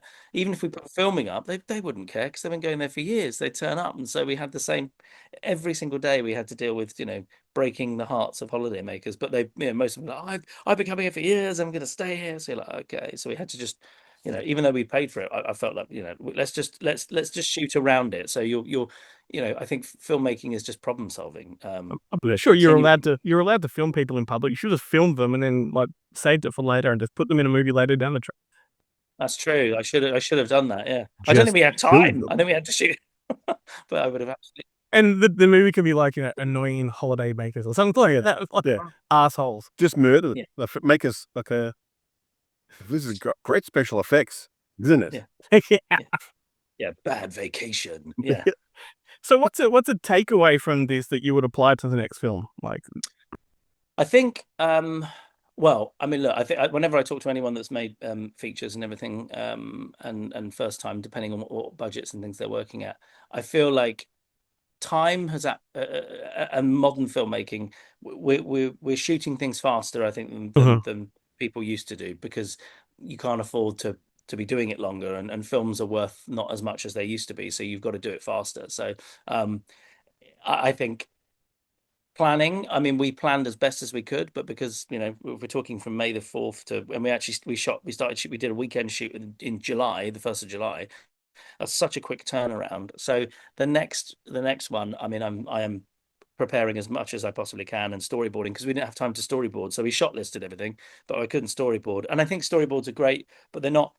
I think they're a guide, but they're not like set in stone for me. I'm not there to just shoot the storyboard, because I think that what the performers bring, what the actors bring, and when you're there on the day and suddenly it's a 3D environment, you rehearse the scene, you're like, oh my god, no, actually the scene is from here. This is or this is what the scene's about. I thought it was this, or it's this, or you have to be open to be adaptable. So I think that a takeaway is I think maybe having a bit more time for preparation on things, and I suppose having a little bit of foresight, because we knew that we were probably going to do some reshoots, or not reshoot, but pickup, like not reshoot, sorry, pickup days. So we'd sort of scheduled a few later on in the year, but I will probably budget that in advance, because I think that that's really sensible, because you shoot some stuff and then you get into the edit, and luckily my brother's the editor and he was on set, so he can kind of say, can you pick this up or whatever, because I don't think I've got this, because he's editing as we go. But I think that having a bit of contingency pickup day at the end or something is really, really helpful, because you can see what you missed, or what might not even what you missed actually, because now you put it together, you go, this might make it better if we have this. Because I think film is a complete flexible medium. It's always moving, whether it's not like theater where you're following the script and you never change.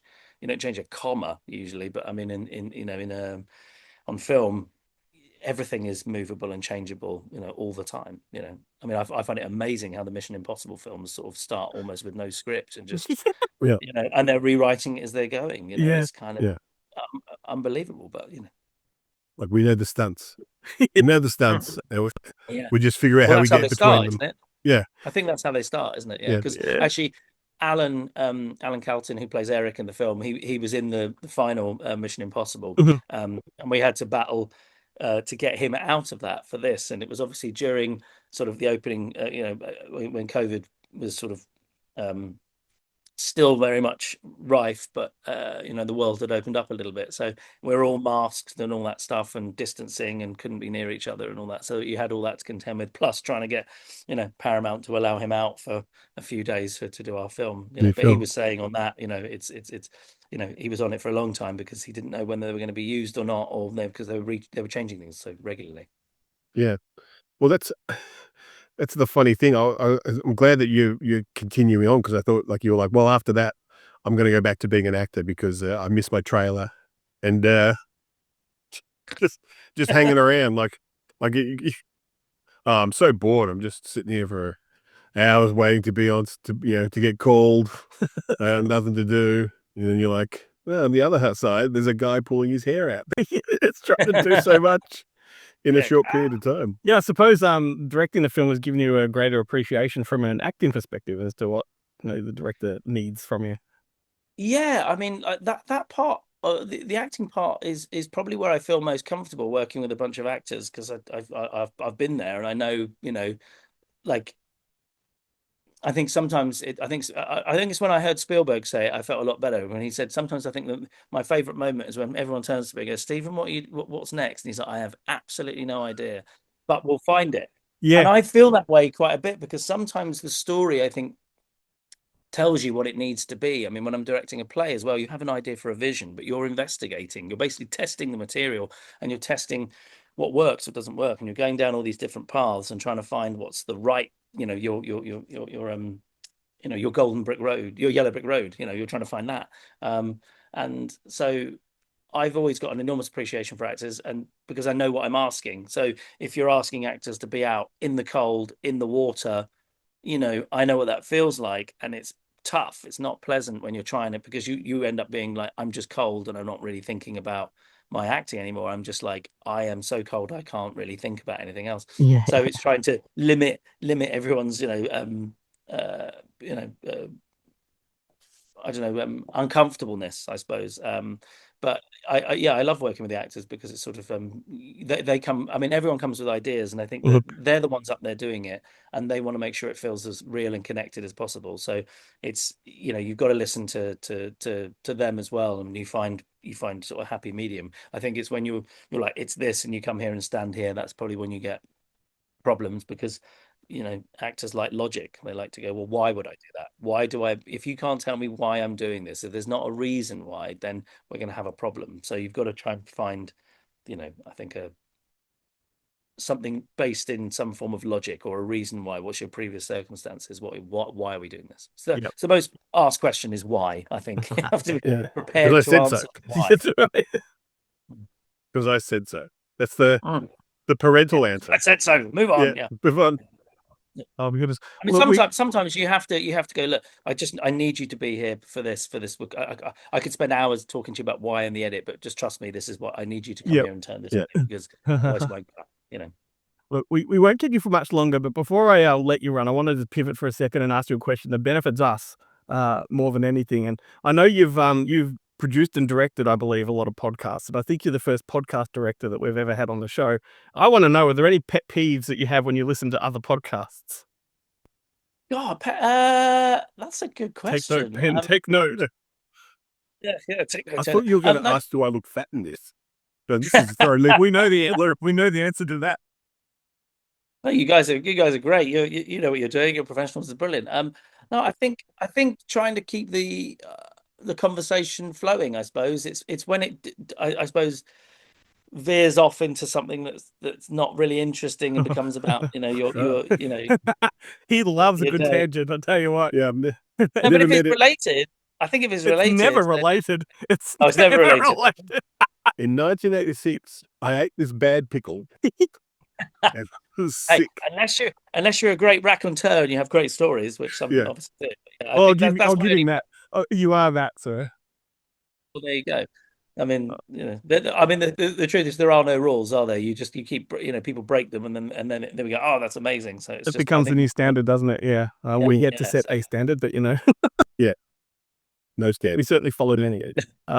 Mate, thank you so much for making time for us. Really appreciate it. The movie's now streaming on digital platforms, I believe, can be seen by all, and we hope everyone goes and checks it out. Thank you so much. Thank you so much for having me on here, and I look forward to hearing people's opinions about it, because I made something that was left a little bit of ambiguity. So hopefully it would start a conversation. So I look forward to hearing what people think about it.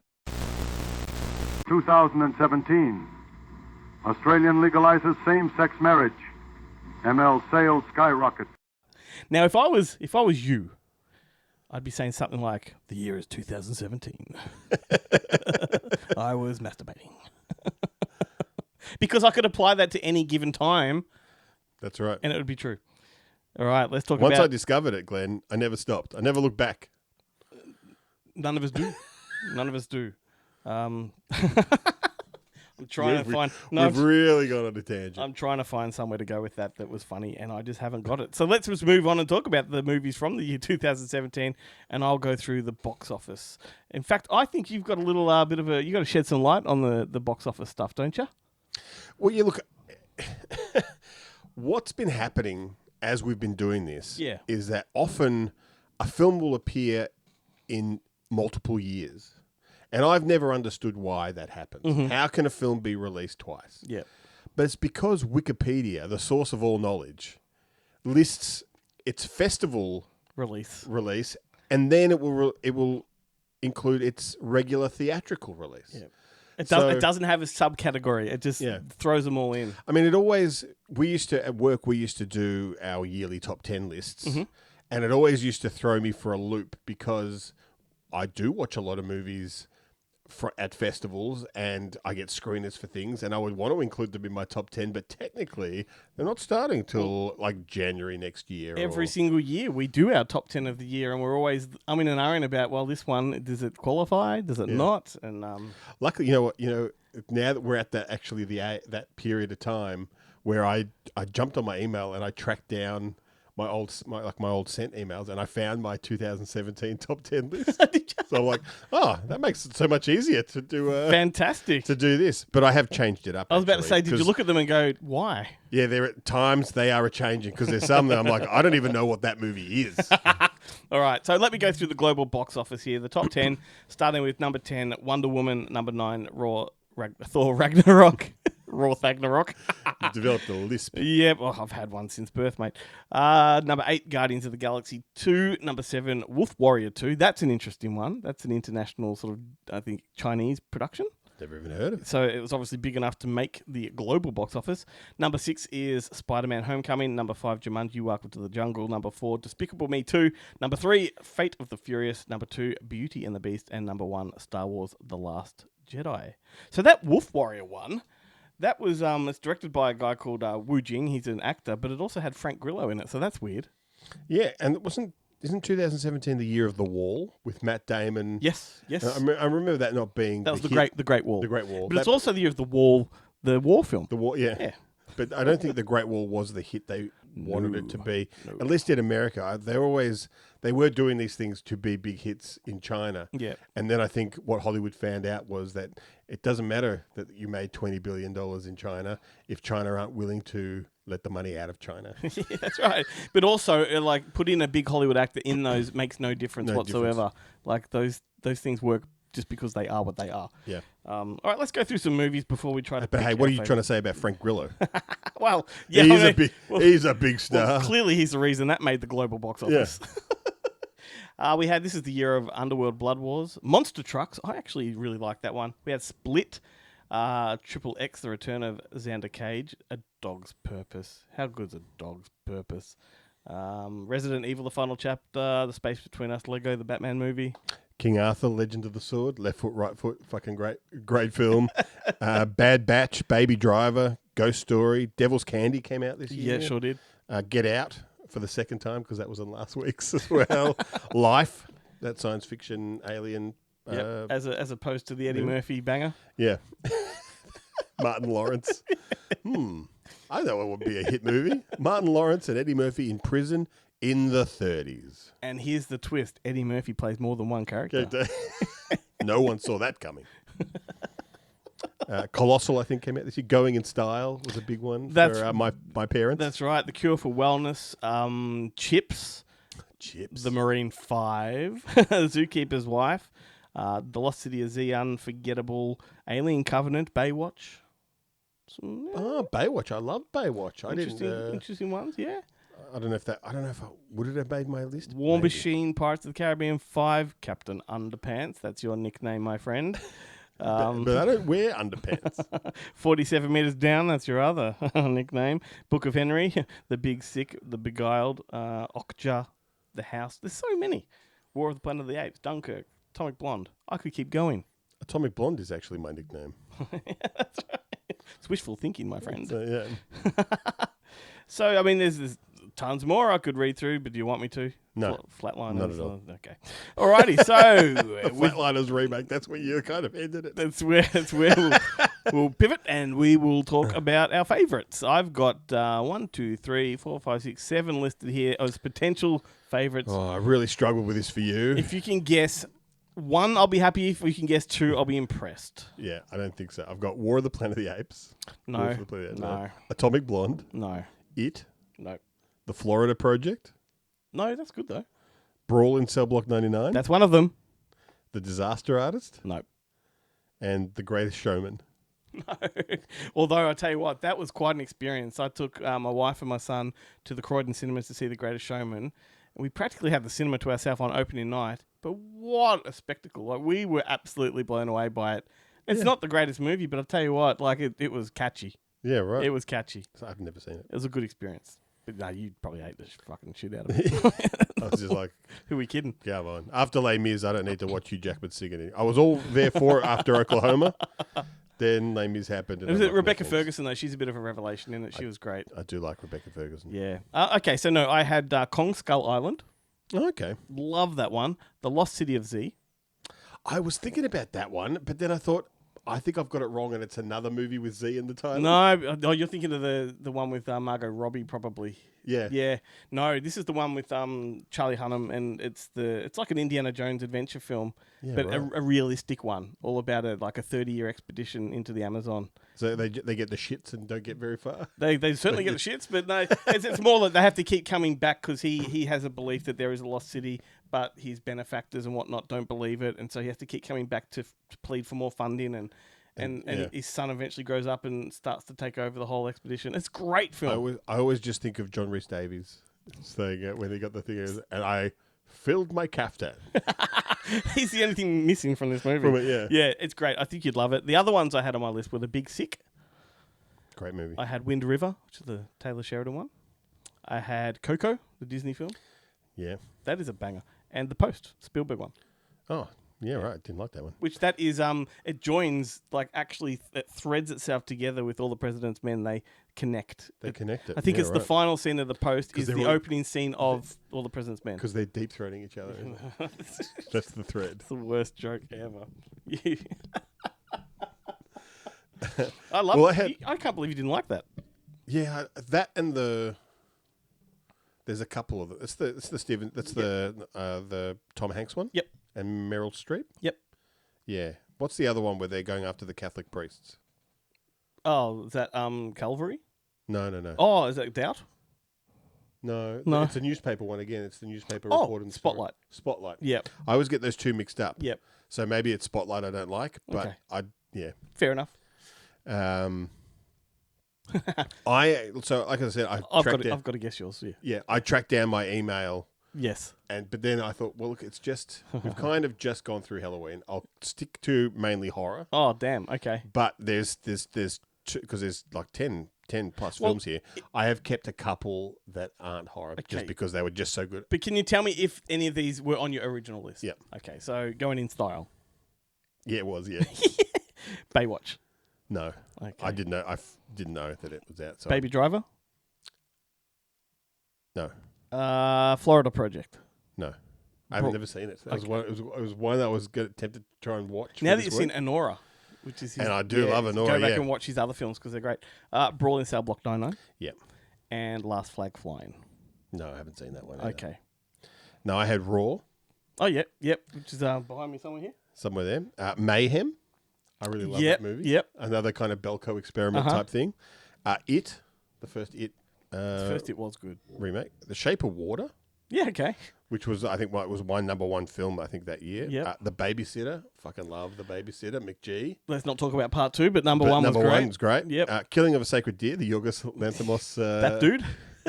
Not his second film, I think, or second. No, he's done about 5 in wherever he came Yeah, from. it was his second big kind of one. Brawl in Cell Block 99, as you mentioned. Happy Death Day, I thoroughly enjoyed. Yes. I like number 2 more. Yeah, okay. Yeah. Interesting. And then the two ones that aren't horror, I, Tonya, which I've absolutely loved. What a revelation Paul Walter Hauser was in that. Yeah. Oh, my God. Yeah, and Margot Robbie to a degree. She was great too. And the other one is, it wouldn't have gone on there as one of my favorite movies, like mentally, but it's just a movie that I think I've watched more than each one of these other movies combined. I've watched this last one more. It's a stayer. Yeah. It's a stayer. It's Molly's Game. Oh, wow. Yeah, no, I didn't like that at all. Didn't I saw like it the once. It was a preview screening. Didn't like it. Never bothered to go back. I might reevaluate it at some point. I just think you just don't like any movie where Kevin Costner is made out to be an asshole. Fuck that. Kevin Costner is a hero, and I will not stand for any movie where he's playing a. Is this Jessica shit. Chastain? Yeah. Yeah, I have a problem watching her. I don't know why. I just don't enjoy watching her. And it's that what's his name guy, Mark Strong. Yeah. Not Mark Strong. Is it Mark? Who's the guy? Jeremy Strong? Jeremy Strong. Yeah. It was him before he took off. Where Yeah. he's just in it as the guy who runs the poker games. And what's his name does a great job. Jesse Eisenberg, who's basically playing Toby. Toby? Who the fuck is Toby? Who's it from Spider-Man? Oh, Toby Maguire. Toby Maguire. Yeah. It's basically like that. That's who they say he's playing. He gives like when you watch him in the interviews where he's being a bit of a cunt, and you're like, I never really got that from his. And then you watch this and you're like, oh no, he's totally channeling it here. Right. Cool. It's just I hope it's no, it's not Jesse Eisenberg. It's what's his name? It's it's fucking Juno guy. Oh, Michael Cera. Michael Cera. Well, Michael Cera. Well, Jesse they're both pieces of shit. Yeah. Both frauds. I don't know. Whatever. Both fraudulent I love actors. them both. I hate them both. I love them both. I hate them. Covering all my bases.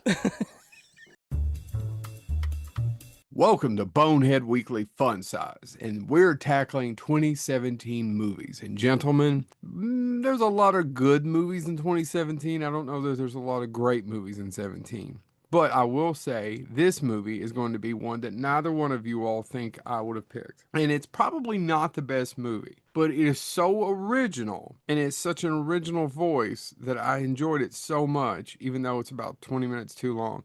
Brawl and Cell Block 99, Craig Zoller, Craig Zoller. In all fairness, that's the one I thought you were going to pick. Oh shit! Well, there's a couple of other ones I really liked, but it's so fun. It's probably one of Vince Vaughn's last good performances. Yeah, Craig Zoller has never really gotten the credit. He's a really good writer. I don't know about director. He also gave us Bone Tomahawk and Dragged Across Concrete. And Dragged Across Concrete, or whatever it is also a good movie. That one's a little about 20 or 30 minutes too long. He's not as good a director as a writer, but he's definitely an interesting writer. He has a great ear. He got pegged with a conservative kind of thing. Yeah, maybe. I don't know. I've never met the dude. Who cares? He's just a good writer. Oh man. So because you went that way, because it was between that and I got to go 3 Billboards Outside of Missouri. That's the best movie of the year. Is that the right name? 3 Billboards Outside of Missouri is the best movie of that year. Yeah, thank you. Sam Rockwell deserved every inch of that Oscar up his butt. Yeah, I mean, that cast was phenomenal. Everything about that. Frances McDormand did a spectacular job. Yeah, Sam Rockwell's performance, truly magnificent. And it had an ending that left you scratching your head. What was going to happen next? And there's not going to be a sequel, so they'll never answer it, which is awesome, and I appreciate that. So yeah, 3 Billboards. I know it's an obvious choice. It was Oscar winning, blah blah, but it's truly phenomenal. Thanks in large part to those 2 people. This is actually hard for me because I came up with 3, and I was hoping one of them was from a different year, and I was wrong. I'm going to actually go with one that I think has some staying power. It's a pop culture film, but I don't care. Logan. Logan was the one of the most effective, quote unquote, comic book, especially superhero comic book films, I think that have been put to screen. Mangold nailed it. Hugh Jackman nailed it. And it's just really well done. And I appreciate the fact that they didn't undo it for Deadpool 3. But Logan is just my pick. It's a really effective film. We've talked about it before on our show. Even the scene with the action figure versus the reality is so well done. It's just a great superhero. Honorable mention for me is The Dark Tower. I'm joking. That's the worst movie of 2017. It's still a piece of shit. Actually, it's The Disaster Artist. That's good. Yeah. What about you? Chad, you got one? I've got 2. I'll just say mine real quick. Brigsby Bear. I've still never seen it. It's a good movie. My 2 are also completely unrelated to my first one. The first It movie worked on me completely. It did. I rewatched it with my kids wanted to watch it, my daughter especially, and I rewatched it. I'm like, yep, still good. Part 2 doesn't hold up as well for me. It's a piece of shit. Yeah. It's such a big jump. The part 1 works perfectly, and part 2 is such a bad exercise in screenwriting. And the other one is actually also out of left field, but I caught it again. My son was watching it, and I was like, nope, I still enjoyed it like I did in theaters. The Lego Batman movie. What? With Will Arnett? Actually, it's a lot of fun. It's a lot of fun, and it's so self-referential, and also a commentary on superhero films in general. The fact that his password is Iron Man sucked. It all worked for me. I enjoy it. And this has been Bonehead Weekly Fun Size.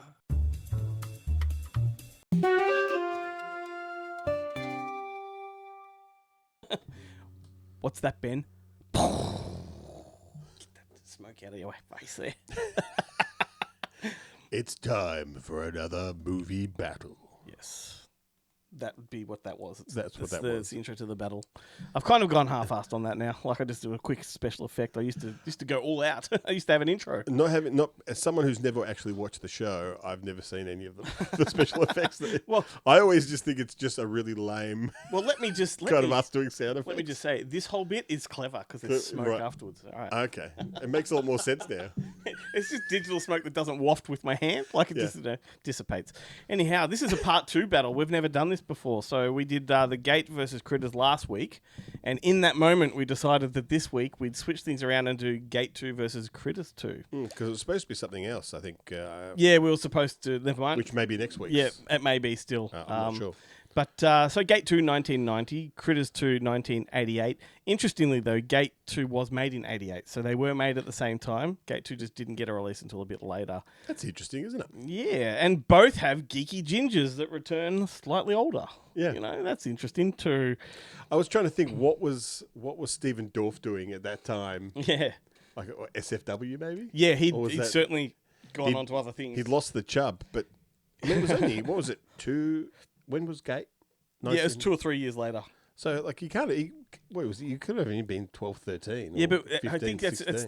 that year where you go through that growth spurt really rapidly. Yeah. But let's go through. Critters 2 is directed by a good old friend of the show, Mick Garris. It was his first studio film, I believe. Co-written by David his wife Toohey. in it. Yeah, co-written by David Toohey. Yeah. And Gate 2 was once again returning was Tabor Takas. I don't know how to pronounce his name. Jarret does on the imprint Blu-ray of Gate 1 and Gate 2. Jarret does the commentary with him, and he pronounces his name correctly. I can't remember what. Remember what it is. And also the writer of the original Gate returned, Michael Nankin, as well as the DOP. So the Gate 2 is interesting in that it's all the creators have returned. It's not like new people came and took it over, which makes it very interesting because it is a very different movie to the first one. Completely changed the law. Yeah. So I guess last week Critters won by a bee's dick. Like it really was a tight And did we, race. Boy, did we hear about it. Oh, you got a private message too? Yes. Okay. Yes. Number one fan, and this time he who shall remain nameless. I'm not going to give him the clout. Yeah. Certain someone wasn't happy with our picks. I sent him a digital sort of gif of an ice pack and says, "Here's this for your dick." Like, you know, cop that. All right. So who's going to win this week? For your butt hurt. Who's going to win this week? So we've got Critters 2. It's a great follow-up. Like, I really enjoy Critters 2. It's a different movie. It's much, much more comical. It's very fanciful. It's mostly daylight too. There's not a lot of nighttime. I was going to say, it really felt like it was all shot on a studio stage. Yeah, which I love that stuff, right? Yeah. I love that stuff. It's very Pee-wee's Big Top Adventure. Yeah, I mean, what it has that the first one doesn't, let's just put it out there, is Eddie Deason. Yeah. In a Tips. bounty hunter. Yeah, with Eddie Deason in like short shorts. Yeah. And it's just... But Don Keith Opper... It's the performance of his career when, because the bounty hunters come back to Earth, and once again, there's the one that hasn't picked his shape. Uh-huh. So first they find a Playboy magazine, and he turns into Roxanne Kernahan, who I let her find out because I was like, I'm positive I've got that Playboy magazine. It was just there was too much stuff kind of piled on top of that pile to get to the pile of Playboy, those old Playboy mags. But then I researched it and I found out that it was actually she had shot for Playboy. Yeah, but they hadn't picked it. They hadn't used it. Oh, and that's so it was they had inserted it into that magazine. Yeah, that cool. shoot. Yeah. Here's the interesting thing about that moment in the film, though. So the alien shapeshifts into the Playboy bunny or whatever, and has a staple in her gut from the fold, right? Which is clever. It's a nice little gag. Yeah. But when the same alien morphs into Eddie Deason's character, has to take the glasses from him. Yeah. It's like, shouldn't they have come across too? The staple did. Yeah. Makes no sense. Who am I to pick things But apart? Don Keith Opper's look of horror when he transforms from Roxanne Kernahan to Eddie Deason. He's like, any form but that. No. I mean, Don Keith Opper is the glue of this franchise. He carries through to number 4, as does whatever his name is that plays the rock star bounty hunter. He's in all 4 of them as well. Terrence Mann. Yeah, but I believe it's Opper that pretty much produced all of them. Yeah, right. He was in Albert Pune's Invasion as well. Oh. Yeah, once upon a time, I really wanted to have a chat with him. Maybe I could still get in touch. Yeah, why not? But if it's too late, we've done Critters. What else has he got? Not much. Nothing. There's still Critters 3 and 4, my friend. Oh, that is true. Let's and the TV series. Yeah, and Critters if you 5. Find it, and Critters 5. Yeah. Let's get Leonardo DiCaprio on the show to talk about it. Wouldn't that be good? What else has that guy done since? That's right. And then we go to Gate 2, which has... has Lewis Tripp return, who is the nerdy sidekick in the first one. The kind of, the one who's... He's now the central character. That's what's kind of weird about... That's what the first thing I noticed that was weird, because in the first one, he's a bit kind of... He's kind of going off the rails. Yep. Because his parents kind of aren't around. Alcoholic father, I think. And well, they don't really explain, but I thought they're just not around. They're just off having fun, and he's kind of completely neglected. He's like that... just buy whatever you want. Yeah, yeah. Here's $50 on the fridge. Yeah. And they're just never there. Yeah. But then I think maybe it's his mother dies. Then that's why his mother definitely dies. And because I thought the father had lost himself in the bottle. But anyway, which is what happens in Gate 2. Yeah. Yeah, that's true. Yeah. So what I really liked about Gate 2 is the fact that I like the setup in that the original family's moved and is left behind, and the ruins of the house is as it was at the end of Gate 1. So it's a continuation that works for me. I think it's incredibly smart because they never show in the first one and they don't show it in the second one how they explain what they've done to the house. Yeah, that's right. Because you're like, how do you write that scene? Like, imagine you came home and your kids had totally trashed your house and demons did it. Yep. And so now in this one, Lewis Tripp's character is having experienced all that, is obsessed with the demons and almost gets into this whole witchcrafty kind of thing, and the town bullies, or what do you call them, the roustabouts, will get involved with him. But I love too the advance of technology. Like he's fully using like lasers and video cameras and stuff to do it. In the first one, it's just like an old ratty bit of paper. Yeah, that's right. The budget went up. So cracks me up too. We can afford blue lasers now. It cracks me up too because in this, like in the first one, there's like lots of little demons. In this one, there's one demon. But they sort of they sort of go between stop motion and a guy in a suit. Yeah. And I like that though. And do you notice? I feel like I think they use it in the first one. The netherworld that they kind of travel to, is right out of Future Cop. Oh yeah, it's in a lot of Charlie Band kind of movies for sure.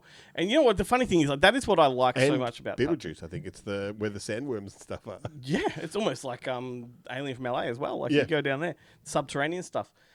What I like about Gate 2 the most is that stuff. I like that they go so off the rails that fuck it, we're going to go down the gate. We're going to go into this netherworld, and it's... No, my favorite part is that. Because they've added this wish component to the film, but the wishes only last 24 hours, and then they literally turn into shit. Yeah, that's right. Actual shit. Actual shit. My car's turned to shit. Actual shit. Just dissolved into shit. And then the two kind of town bullies, wish for lots of money, and they looks in his pocket. It's just dissolved shit. It's weird, man. It's weird. It's a weird sequel for the same writer, same director to come back and make. What was the thought process there? Are they just wanting to go wild with the concept? We've got the money. We'll just do a number 2 that's just out there. We're just going to have to listen to the rest of Jarrett's commentary. That's true. Not repeat ourselves, Yeah. I don't know. Look, to find out, because he does actually talk to Tibor about it. Yeah. Well, and about the misconceptions around the release of Gate 2. Yes. So definitely worth picking that up. We'll have to look. I'm torn because I think this is just as tight between the first battle, because I don't think Critters 2 is all that everybody cracks it up to be. I think it's a very flawed movie.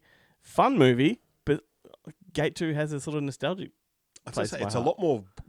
Critters 2 is a lot more gory than Gate 2. The puppet effects are more elaborate too. In some parts, but then that whole toilet sequence in Gate 2 is incredibly kind of full on. Yeah. Look, it's a... I think both of them... It's a tough one. Both of them transition from the originals being gateway films to these being much more mature horror films. But the first Critters 2 is not a horror film like the first one is. No. It's much more... Because it's all during the day. It's just comical. I love that it's an Easter horror film. The Easter Bunny scene is great. Who in their right mind would want these things as Easter eggs is beyond me. Lynn Shay, not as an old woman. That's right. Too much lippy. Yeah. What's his name as the sheriff in this one? I've forgotten his name. Barry Corbin. Barry Corbin. Barry Corbin. Yeah, great stuff.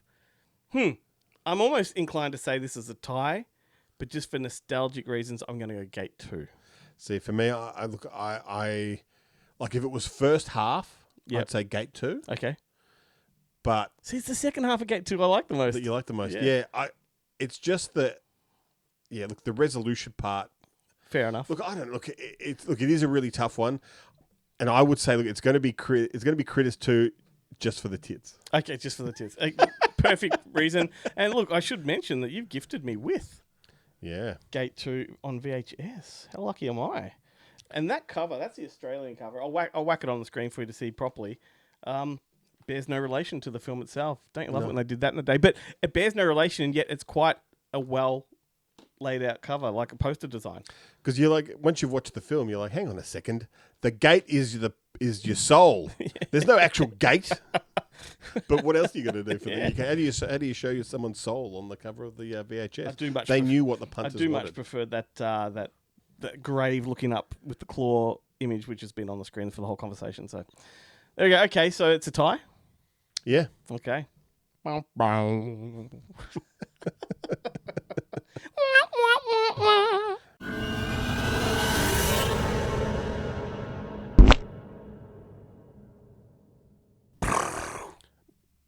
Excellent. I mean, if we do this show for one reason, it's that. It's that. It's my chubby cheeks wobbling in the wind. Rapid fire recommendations, which really just translates to recommendations. Nothing rapid about them.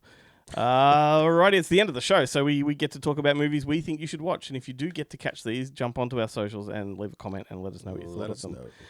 Do you want to take it away, or do you want me to? Look, all right, do it. Now, I do always try and choose a movie from the year that we're talking about. I was all set for horror because it is, when we were prepping for this show, it was all about Halloween. Yep. I wanted it to be horror. I actually sat down and watched half of The Black Coat's Daughter, which I hadn't seen, the Osgood Perkins. Yep. I think the film that kind of first brought him attention as a director. And then I forgot it. I watched it like 2 weeks ago. I forgot about it. Oh, right. So when I was going through all the films that I had from 2017, I stumbled across this movie called Swallows and Amazons, which I'd never heard of.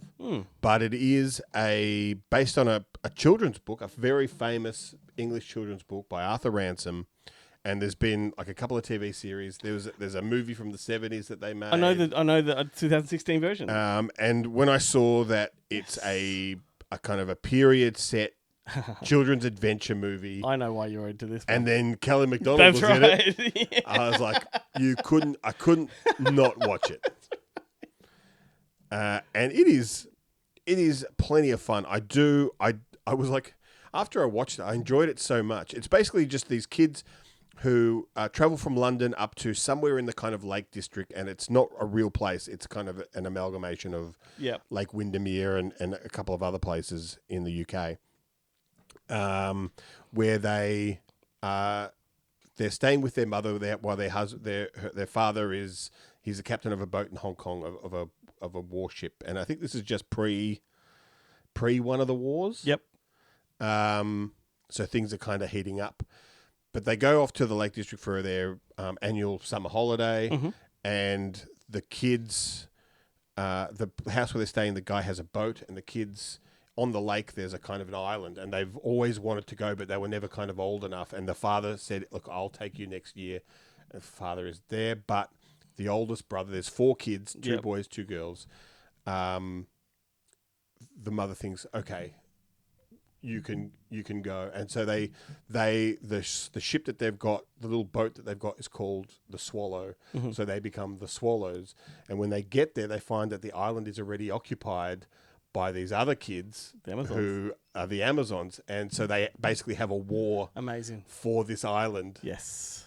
While simultaneously there's this grumpy guy who has a houseboat that doesn't take well to visitors, who is also there's some kind of intrigue going on with him that they kind of get caught up in. Cool. But it's just a fantastic kind of family kind of film, and I enjoyed it so much. I was like, I'm gonna need to track down the original the 70s film. I'm like, I wonder if it's on YouTube. It's not on YouTube. How am I ever going to find this film? In your collection? Then, of course, I looked in my collection, and Studio Canal had released it on Blu-ray, and I had it just never Amazing. got around to watching it. So that may be my recommendation next week. I don't know. I am sold.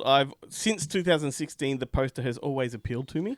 Feels like it's got a real Famous Five kind of vibe to it. Yeah. And I like childhood adventures. If you like that Famous Five, the recent series, Yeah. then this would be right up your alley. You've got like movies like The Button War, and there's a Canadian one like the Snowball War and all that kind of stuff. Like I love those sort of kids things. It's very much bed knobs and broomsticks, Lion the Witch in the Wardrobe if you take out the supernatural elements Wicked. to it. I'm down. All right, so I've gone back to 1996 for my recommendation. This is a movie from New Zealand. I wonder if you've heard of it. I was not too aware of it. It was sort of in the periphery, but never gave it much thought. Desperate Remedies? Jack Brown Genius. No, never heard of it. This is wonderful. Written by Peter Jackson and Fran Walsh. So Who they are made they? this. They wrote this just before they did Frighteners, but it's almost like just because of the cast and the makers, it's almost a companion to Brain Dead. Okay. All right. So Is it a horror film? No, it's a comedy sci-fi adventure. I'll give you the synopsis in a sec. Directed by a guy called Tony Hiles. Stars Timothy Baum, who played Lionel from Brain Dead, the lead, and he's the lead in this. It also stars Stuart Davini, who is the priest from Brain Dead. I kick ass for the Lord. And your old mate, Martin Soskis, is in it. Because he's secretly kind of Australian. So this movie is all about, it starts 1,000 years ago, and it's about a mad monk who wears a pair of wings, like fake wings, and attempts to fly. And he dies in his attempt. But then his spirit is doomed to hell for eternity for committing suicide. Right? But the problem is, he doesn't believe he committed suicide because it was an attempt to fly. Right? So 1,000 years later, his spirit escapes hell and possesses a mild-mannered inventor, which is played by Timothy Baum, so Lionel from Brain Dead. Right. And so then Jack, this inventor, has 30 days to save the monk's soul by proving his innocence and proving that he could fly. Right. And it is just an insane romp of an adventure. And what's really fascinating about it, it's got a real inner space quality to it because the monk is inside his head telling him what to do. Right. And he's having conversations with the monk and everyone else thinks he's loony. They send him to the loony bin. And if you know Brain Dead and this actor, you know how he acts. And he kind of has that sort of, lunatic kind of vibe about him. Right. Movie's wonderful. One thing I did find funny that I thought you would have appreciated, Martin Soskis proposes to his girlfriend, and it's the most hilarious moment because they're in this relationship, and he says to her, "You know how you said that we could never sleep together until we're married? Will you marry me?" Pops the question. He's framed it. It's framed it very well. Correctly. So the best way I could describe this movie, it is on YouTube for free in a really good quality version. I think they've ripped it from a good DVD. I don't know if it was a Blu-ray. I think it was a DVD. But it's Navigator: A Medieval Odyssey, also a New Zealand film, meets Malcolm, meets Flubber. Yeah, right. So put those together. Has this got a DVD or Blu-ray release? Never looked into it. It would have to, I'd imagine. But yeah, the fact that Peter Jackson and Fran Walsh made this, whilst they would have been thinking about Lord of the Rings, because when they did the Frighteners, that was already in motion. Yeah. Fascinating. Because it's a wingnut film. Yeah, so it is a wingnut film. It's their property. Yeah, and just this is quirky. I love this kind of quirkiness. Yeah. It's probably a bit long in the tooth. It sort of sags in the middle, comes back together in the end. So long as it comes back together in the end, that's all I care about. It's when it wanes in the end. It's what they say. The reason they put a peppy song during the end credits is so that regardless of what you thought of the movie, you walk out going, "Oh, that was fun." Yeah, that's right. Excellent. Well, there you go. There are our recommendations. Let us know what you think of those. Anything you'd like to add before we chuff off? No, it's hot in here, so it's really hot. Let's just end it. It's not even summer yet, so this is what did we do last summer? I think we had a massive fan in front of us. Yeah. We could go shirtless. No. Okay, it's never, ever going to happen. Thanks for being here, everyone. Don't forget goodmoviemonday.com. Drop us a comment on socials, all that kind of stuff. Buy some merch. Let us know. Show us photos, all that kind of stuff. Of your bits.